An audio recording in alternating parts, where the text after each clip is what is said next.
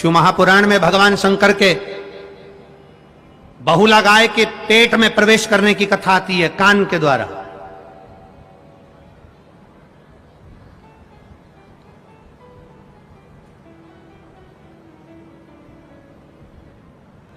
स्त्रियों को सबसे ज्यादा सुंदर आभूषण पहनने की अगर सुंदरता लगती है तो वो कान में ही लगती है।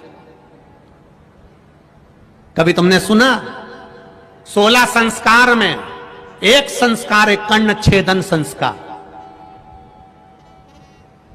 कौन सा? कर्ण छेदन। कान को छेदा जाता है। क्यों छेदा जाता है? किस लिए? क्या जरूरत पड़ गई इस कानों को छेदने की? क्या जरूरत पड़ गई इन कानों में पिन लगाने की? क्या जरूरत पड़ गई इन कानों को छेद करने की? एक लड़की की शादी करने से पहले उसके कानों को छेद दिया जाता है। बाल्यावस्था में कन्या को, बेटी को कानों में छेद दिया जाता है। कानों में छेद।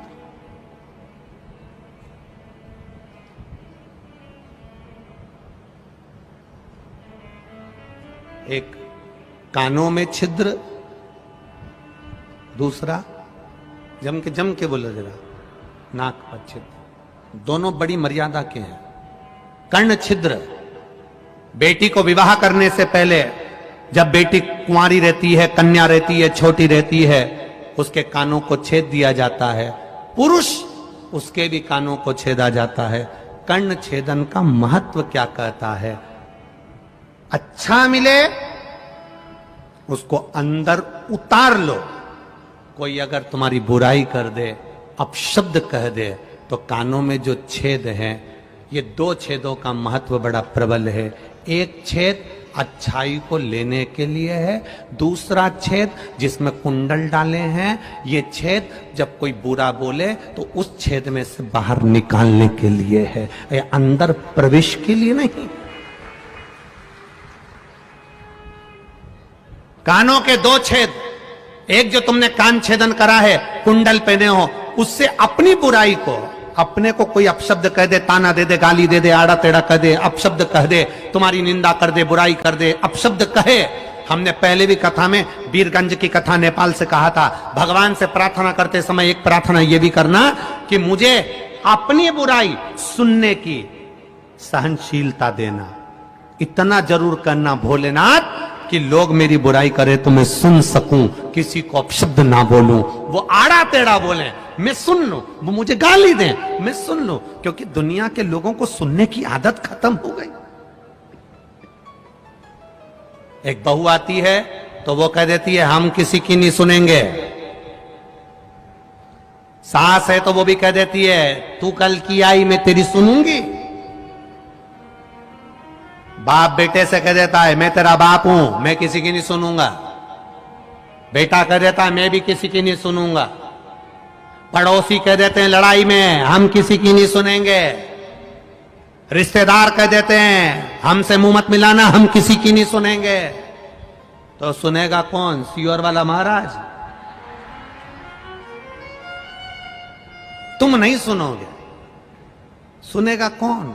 सास के मैं नहीं सुनो, बहू के मैं नहीं सुनो, बच्चे के मैं नहीं सुनो, बाप के मैं नहीं सुनो, परिवार वाले के मैं नहीं सुनो, तो सुनेगा कौन? और यहां शिव महापुराण की कथा कर रही है सुनने की आदत डालो। अब क्या करोगे? अब करोगे क्या? तुम ये विचार करो, होगा क्या?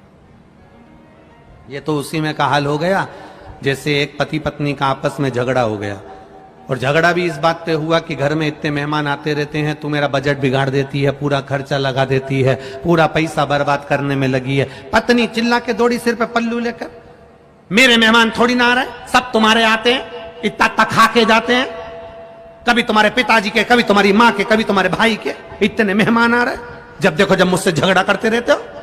पति बोला मेरा बजट बिगड़ रहा है, 20-25 हजार रुपए तो इन मेहमानों के चक्कर में खत्म हो जाते हैं। अब दोनों लड़ रहे थे, इतनी देर में एक मेहमान सूटकेस लेकर फिर आ गया। जो मेहमान दरवाजे पर आया पति ने पत्नी से कहा सामने से मेहमान आ रहा है, अपन दोनों झगड़ा जम के करेंगे, मैं तुझे मारूंगा तू रोना। मेहमान भग जाएगा। अब इसने पत्नी को मारना चालू करा और पत्नी ने रोना चालू करा। मेहमान ने देखा ये अभी से तो झगड़ रहे हैं और मैं अंदर जाऊंगा तो क्या मतलब। मेहमान वापिस चला गया।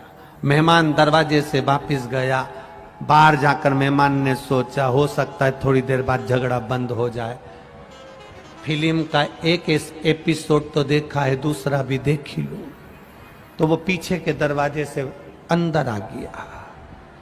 पति पत्नी से बोला मैंने तुझे मारा ही नहीं।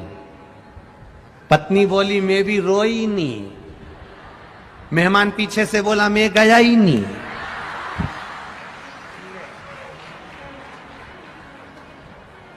अब घूम फिर के मैं नहीं आ गया, मैं भी नहीं गया। भगवान से कहो कि हम अपनी कोई बुराई करे, निंदा करे, अपशब्द कहे, ताने दे, हम सुन ले। सुन नहीं पा रहे ना, इसीलिए अदालत में ज्यादा केस जा रहा है। ये अदालत में इतने केस किस लिए हैं? ये अदालत में इतने जज क्यों बैठ रहे हैं? अदालत में इतने वकील क्यों बैठ रहे हैं? क्योंकि हम सुन नहीं पा रहे।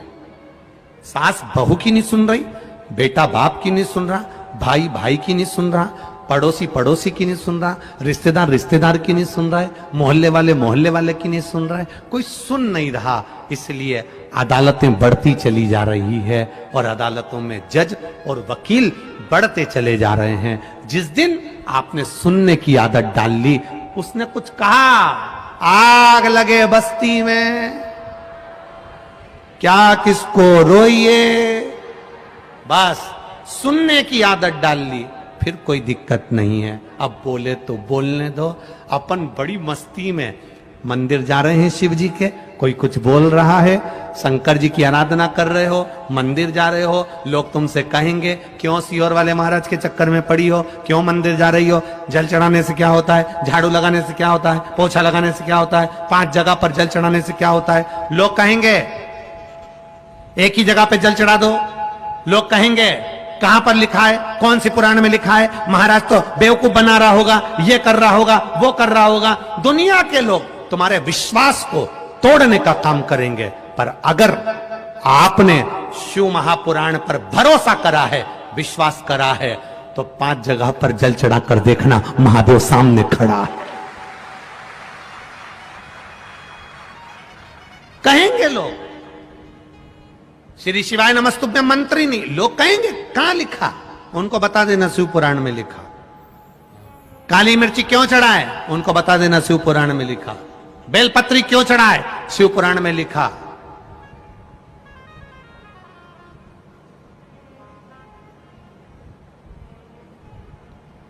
लोग थोड़ा सा पढ़ते हैं, खुद को विद्वान समझते हैं और शिव पुराण में, भागवत पुराण में